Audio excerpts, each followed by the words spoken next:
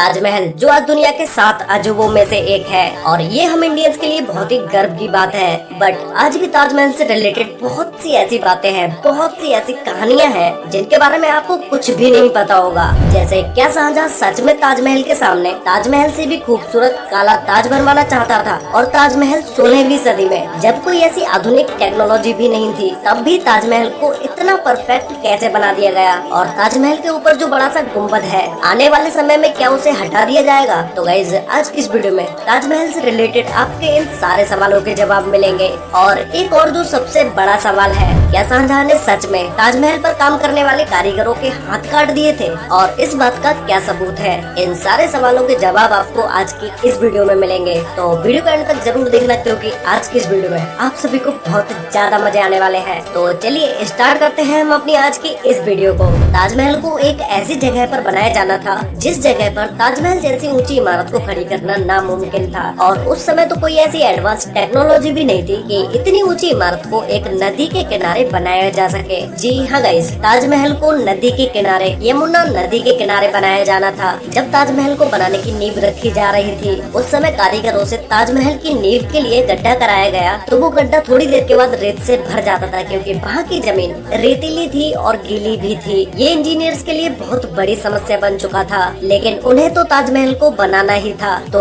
उन्हें इसका हल निकालना ही पड़ा। सबसे पहले इंजीनियर्स ने मजदूरों से बोल के ठोस जमीन तक गहरे खड्डों को खुदवाया। उसके बाद जब तक वो खड्डे भरे उससे पहले ही उन खड्डों में पत्थर, कंकड़, लोहा और गारे को डलवा दिया। इसके अलावा उन खड्डों में आबनूस और महागनी लकड़ियों को भी डलवाया गया क्योंकि ये वो लकड़ियाँ होती हैं जिन्हें जितना ज्यादा नमी मिलेगी वो उतना ही ज्यादा मजबूत होती चली जाएंगी। इसीलिए उन खड्डों को मजबूत करने के लिए इन लकड़ियों को भी डाला गया। और जब इतनी बड़ी इमारत की नींव स्ट्रॉन्ग होगी तो उस इमारत को कितना भी बड़ा बनाया जा सकता है। ताजमहल को बनाने की ये सबसे बड़ी प्रॉब्लम थी कि एक रेतीली जमीन पर इतनी ऊंची इमारत को कैसे बनाया जाए, लेकिन इंजीनियर्स ने इस पर भी अपना दिमाग लगा के जीत हासिल कर ली। और गाइस, आप लोगों ने जब ताजमहल को देखा होगा तो आपको लगा होगा कि ये एक ठोस पत्थर से बनी हुई इमारत है, लेकिन ऐसा नहीं है। इसे सिंपल स्टोन से ही बनाया गया है, बस उसके ऊपर से संगमरमर के पत्थर और लाल सैंडस्टोन को लगाया गया है। लेकिन ये किसी भी तरह से कम मजबूत नहीं है।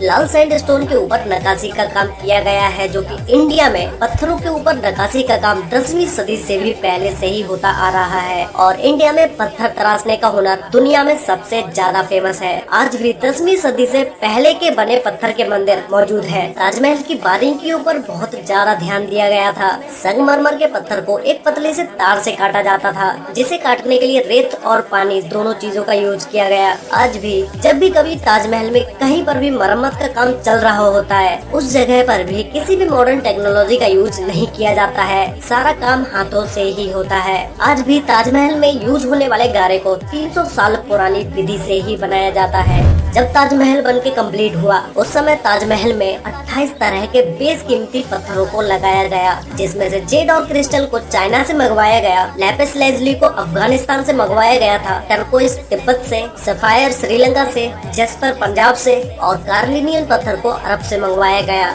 आप लोगों ने ताजमहल से रिलेटेड एक कहानी सबसे ज्यादा सुनी होगी कि शाहजहां ने ताजमहल बनाने वाले कारीगरों के हाथ कटवा दिए थे। तो गाइस, ये कहानी सच नहीं है, ये सिर्फ एक अफवाह थी। लेकिन शाहजहां ने ताजमहल पर काम करने वाले कारीगरों को जिंदगी भर की पगार देकर उनसे एक करारनामा लिखवाया कि वो ताजमहल जैसी दूसरी इमारत कभी नहीं बनाएंगे। शाहजहां ने कारीगरों के हाथ नहीं कटवाए। इस बात का सबूत यह है कि जिन लोगों ने ताजमहल की कारीगरी पर काम किया था उनमें से ही कुछ लोगों ने दिल्ली के लाल किले पर भी काम किया था। अगर हाथ कटे होते तो दिल्ली के लाल किले पर वो काम कैसे कर पाते? ये इस बात का सबसे बड़ा सबूत है। शाहजहां अपने जीते जी एक और ताजमहल बनवाना चाहते थे जो कि था काला ताज। ये काला ताज यमुना नदी के दूसरी साइड बनवाया जाना था जो कि ताजमहल के ठीक सामने होता। काले ताज को बनाने का काम स्टार्ट हो चुका था, लेकिन शाहजहां के बेटे औरंगजेब ने उन्हें गिरफ्तार करा दिया क्योंकि शाहजहां ने उस समय ताजमहल को बनाने में 4 करोड़ रुपए लगा दिए थे। उन 4 करोड़ रुपए की कीमत आज के समय में 57 अरब 60 करोड़ रुपए होगी। ताजमहल में इतना रुपए लगाने के बाद शाहजहां एक और काला ताज बनवाना चाहते थे। इसी वजह से औरंगजेब ने शाहजहां को गिरफ्तार करा दिया दिया, क्योंकि अगर ऐसे ही सारा पैसा इन इमारतों में लगा दिया जाता तो राज्य को चलाने के लिए शाहजहां के पास कुछ बचता ही नहीं। यही सोच के औरंगजेब ने ऐसा किया और इस काले ताज को कोई ऐसा नहीं था कि ताजमहल से कम खूबसूरत बनवाया जाता। काला ताज बनने के बाद ताजमहल से और भी ज्यादा खूबसूरत लगता, जिसे बनाने में ज्यादा पैसा भी लगता, लेकिन वो काला ताज नहीं बन पाया। और जो मैंने आपको अभी थोड़ी देर पहले बताया कि काले ताज को बनाने के लिए काम स्टार्ट हो चुका था, तो उसकी जांच करने के लिए जहां पर काला ताज बनवाया जाना था वहां की खुदाई की गई। उस जगह पर ऐसा कोई भी सबूत नहीं मिला जिससे कि ये पता चल सके कि इस जगह पर काले ताज को बनाने का काम स्टार्ट हो चुका था। यूएस के एक डॉक्टर ने इसी चीज पर 10 साल तक रिसर्च की, लेकिन उन्हें भी यहाँ पर ऐसा कोई भी सुराग नहीं मिला जिससे कि वो ये कह पाए कि यहाँ पर काले ताज को बनाने का काम स्टार्ट हो चुका था। सालों तक रिसर्च करने के बाद ये कहा गया कि काले ताज की कहानी सिर्फ एक झूठी कहानी थी। ऐसा कोई भी काला ताज शाहजहां को नहीं बनवाना था, लेकिन रिसर्च में ये जरूर पता चला कि जिस जगह पर काले ताज को बनाने की बात हो रही थी उस जगह पर पहले एक बहुत बड़ा बगीचा हुआ करता था। आज इस जगह को मेहताब बाग नाम से जाना जाता है। यहाँ पर गाइस मैंने आपको दोनों तरफ के पॉइंट बता दिए कि काला ताज शाहजहां बनवाने वाले थे, और जब रिसर्च की गई तो ऐसा कोई भी सबूत नहीं मिला कि इस जगह पर कोई काला ताज भी बनाया जाने वाला था। तो गाइस आप लोगों को क्या लगता है कि शाहजहां काला ताज बनवाना चाहते थे या नहीं, या फिर सिर्फ ये एक झूठी कहानी थी? ये बात मुझे नीचे कमेंट करके जरूर बताना। और गाइस अगर आप लोग कभी ताजमहल गए हो तो जिधर से आपने ताजमहल के अंदर जाने के लिए एंट्री ली होगी वो एक्चुअल में ताजमहल की उल्टी साइड है, मतलब कि वो ताजमहल की पिछली साइड है। इसकी फ्रंट साइड पीछे की तरफ है, नदी के किनारे वाली। आज भी लोग ताजमहल को वैसे नहीं देख पाते हैं जैसे शाहजहां ने चाहा था। पहले के समय में शाहजहां और उनके शाही मेहमान पीछे नदी के रास्ते से आते थे। ताजमहल की पीछे की साइड सबसे ज्यादा सुंदर सजावट की गई है। ताजमहल में अंदर आने के लिए 4 गेट को बनाया गया। ईस्टर्न गेट, जिसे शाही गेट भी कहा जाता है, इस गेट से सिर्फ शाही लोग ही ताजमहल में एंटर हो सकते थे और इसी गेट से उन्हें वापस जाना होता था। और दूसरा है वेस्टर्न गेट, जिस गेट को जनरल पब्लिक के लिए बनाया गया था। तीसरा है साउदर्न गेट, जो कि सिर्फ ताजमहल में काम करने वाले वर्कर्स के लिए बनाया गया था। वो वर्कर्स सिर्फ इसी गेट से अंदर आ सकते थे और इसी गेट से वापस जा सकते थे। चौथा है नॉर्दर्न गेट, ये ताजमहल में अंदर आने के लिए मेन एंट्रेंस गेट है, जिसे शाही दरवाजा भी बोला जाता है। और इस शाही दरवाजे के ऊपर 22 गुम्बद लगे हुए हैं। उन्हें देखने पर लगता है कि उन्हें सिर्फ एक शो के लिए ही लगाया गया है, लेकिन ऐसा नहीं है। ये 22 गुम्बद ये दर्शाते हैं कि ताजमहल को कंप्लीट होने में 22 साल लगे। जब ताजमहल को बनाना स्टार्ट किया गया उसके बाद जैसे ही 1 साल कंप्लीट हुआ, फिर इस शाही दरवाजे के ऊपर एक गुम्बद को बना दिया गया। जैसे ही दूसरा साल कंप्लीट हुआ उसी तरह से दूसरे गुम्बद को भी बना दिया गया। इसी तरह से शाही दरवाजे के ऊपर 22 गुम्बद लगे हुए हैं। ताजमहल को 1631 में बनाना स्टार्ट किया गया था और ये 1653 में बनके कंप्लीट हो गया।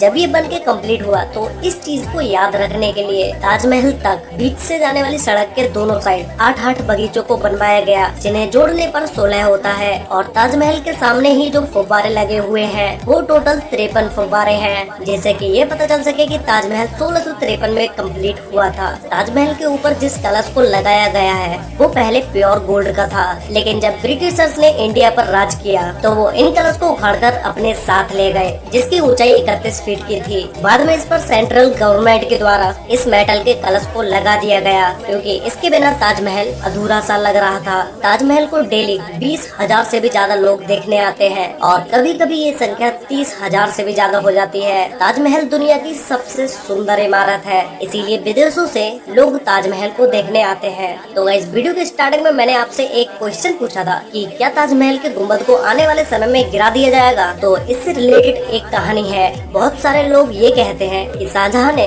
ताजमहल पर काम करने वाले कारीगरों के हाथ काटने का आदेश दिया, तो कारीगरों ने ताजमहल के गुंबद में एक छोटा सा छेद छोड़ दिया, जिससे कि ताजमहल ज्यादा दिन तक ना टिक पाए और वो ताजमहल का गुंबद गिर जाए। तो गाइज इसके बारे में मैं आपको पहले बता चुका हूँ कि राजा ने किसी भी कारीगर का हाथ काटने का आदेश नहीं दिया था। तो ये कहानी भी गलत साबित होती है कि गुंबद में कोई छेद है। अगर हाथ काटने की कहानी सच है तो गुंबद में भी कहीं न कहीं छेद जरूर होगा। वैसे गाइज आप लोगों को क्या लगता है कि ताजमहल से रिलेटेड ये दोनों कहानियाँ सच है या झूठी? मुझे नीचे कमेंट करके जरूर बताना। तो आज के लिए वीडियो में बस इतना ही। वीडियो अच्छी लगी हो तो वीडियो को लाइक कर देना, शेयर कर लेना अपने फ्रेंड्स और फैमिली के साथ, जिससे कि उन्हें भी ताजमहल से रिलेटेड ये सारी बातें पता चल सके। तो मिलते हैं एक और नई इंटरेस्टिंग वीडियो में, तब तक के लिए बाय।